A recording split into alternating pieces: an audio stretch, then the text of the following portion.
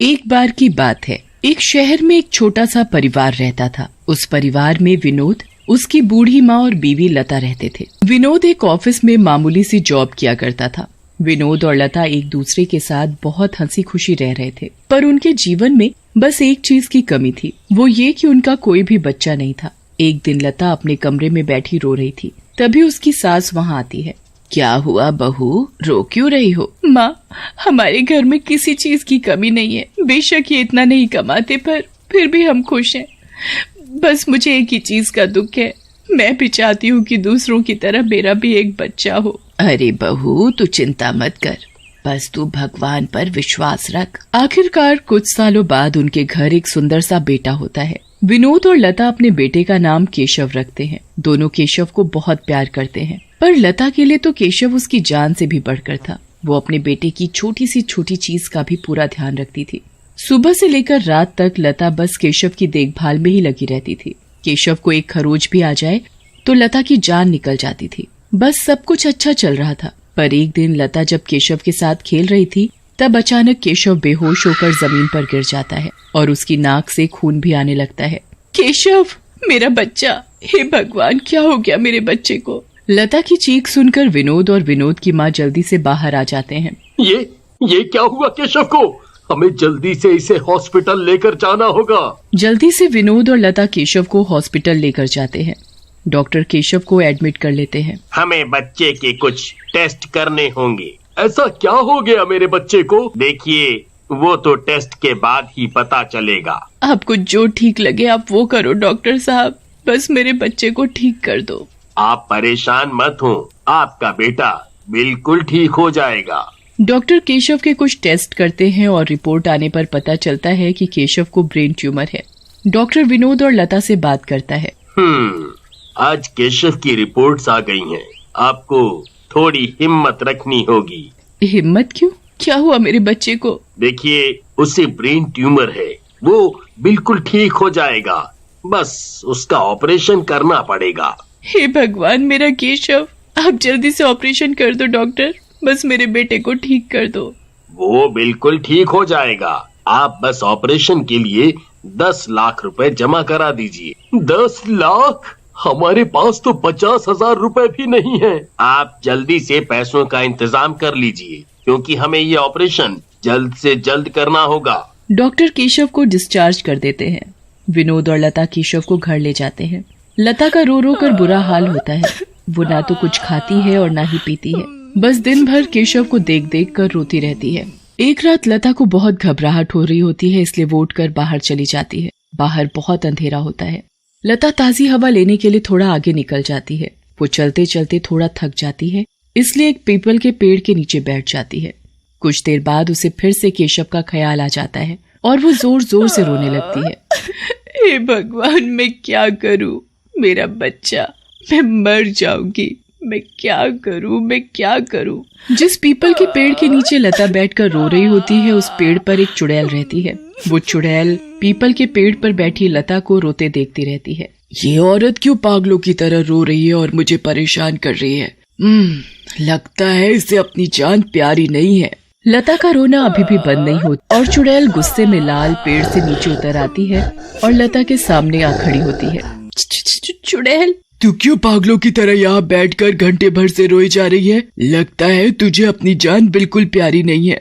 सच कहा, मुझे अपनी जान प्यारी नहीं है। मुझे तो अपने बच्चे की जान प्यारी है। मेरा बच्चा, मेरा केशु। क्या हुआ तेरे बच्चे को? उसके दिमाग में कोई दिक्कत है।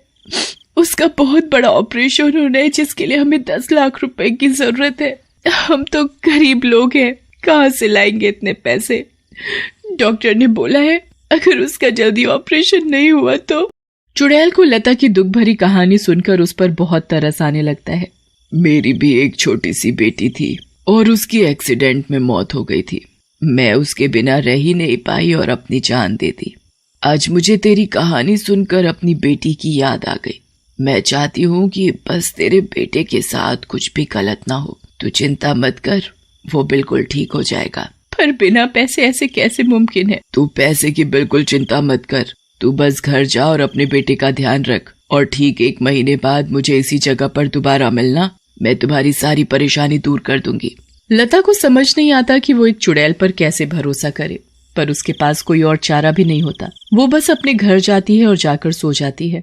इधर चुड़ैल रात भर सुबह होने का इंतजार करती रहती है और जैसे ही सुबह होती है वो जादू से एक गरीब औरत में बदल जाती है जिसके कपड़े फटे हुए होते हैं। उसके बाद वो रेलवे स्टेशन पर जाकर भीख मांगने लगती है। मुझे पैसों की बहुत जरूरत है, एक बच्चे के इलाज के लिए पैसे चाहिए, कोई मुझे पैसे दे दो। बहन जी कुछ पैसे दे दो। नहीं नहीं, मेरे पास कोई पैसे नहीं है। चुड़ैल एक एक करके सबके पास जाकर पैसे मांगती है। वो लोगों के आगे हाथ फैलाती है पर उसे कोई पैसे नहीं देता। अरे भाई साहब, कोई तो मुझे पैसे दे दो, मुझे सच में पैसों की बहुत जरूरत है। एक बच्चे के इलाज के लिए मुझे पैसों की बहुत जरूरत है। अगर पैसों का इंतजाम नहीं हुआ तो वो बच्चा बिना इलाज के मर जाएगा। ऐसी बहुत कहानियाँ सुनी है मैंने, कोई जरूरत नहीं है तुझे पैसों की। चल चल निकल यहाँ से। चुड़ैल थक हार कर वहीं रेलवे स्टेशन के एक कोने में जाकर बैठ जाती है। मेरी तो किसी ने भी मदद नहीं की। झूठ बोलकर भीख मांगने वाले भिखारियों की वजह से आज लोग मेरे सच पर भी यकीन नहीं कर रहे। अब मैं क्या करूं? चुड़ैल वहां बैठकर बस उस बच्चे की मदद के बारे में सोचती रहती है। फिर वो सोचते सोचते एक गाना गुनगुनाने लगती है।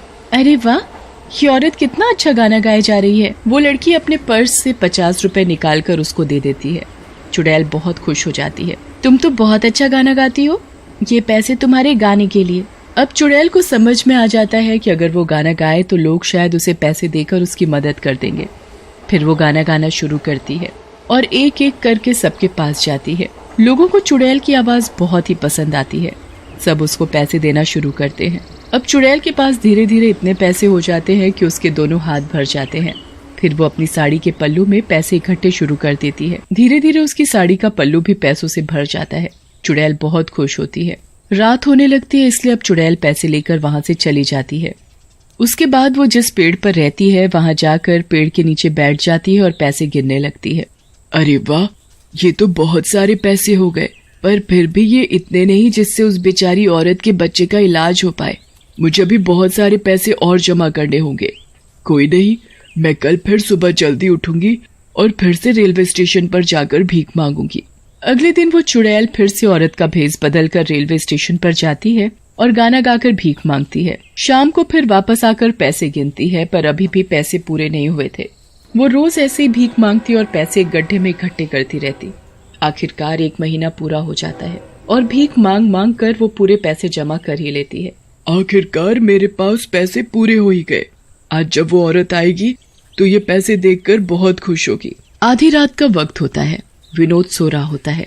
लता को याद होता है कि आज उसे चुड़ैल के पास जाना है। वो चुपके से उठती है और उसी जगह पहुंच जाती है जहां वो चुड़ैल रहती है और उसी पेड़ के नीचे बैठकर चुड़ैल का इंतजार करती है। तभी चुड़ैल वहां आ जाती है। मैं कब से तुम्हारा इंतजार कर रही थी, आखिर तुम आ ही गई। हाँ, मुझे तो आना ही था। मेरे पास और कोई रास्ता भी तो नहीं था। अब बस तुम ही मेरी आखिरी उम्मीद हो जो मेरे बच्चे को बचा सकती हो। चुड़ैल उसे गड्ढे से निकालकर सारे पैसे दे देती है। ये तुम इतने सारे पैसे कहाँ से लाई? मैं रेलवे स्टेशन पर गाना गाती थी तो लोग मुझे ये पैसे दे देते थे। चलो अब तुम जल्दी से जाओ और अपने बच्चे का इलाज करवाओ। तुम्हारा बहुत बहुत धन्यवाद। मैं तुम्हारा ये एहसान कभी नहीं भूल पाऊंगी।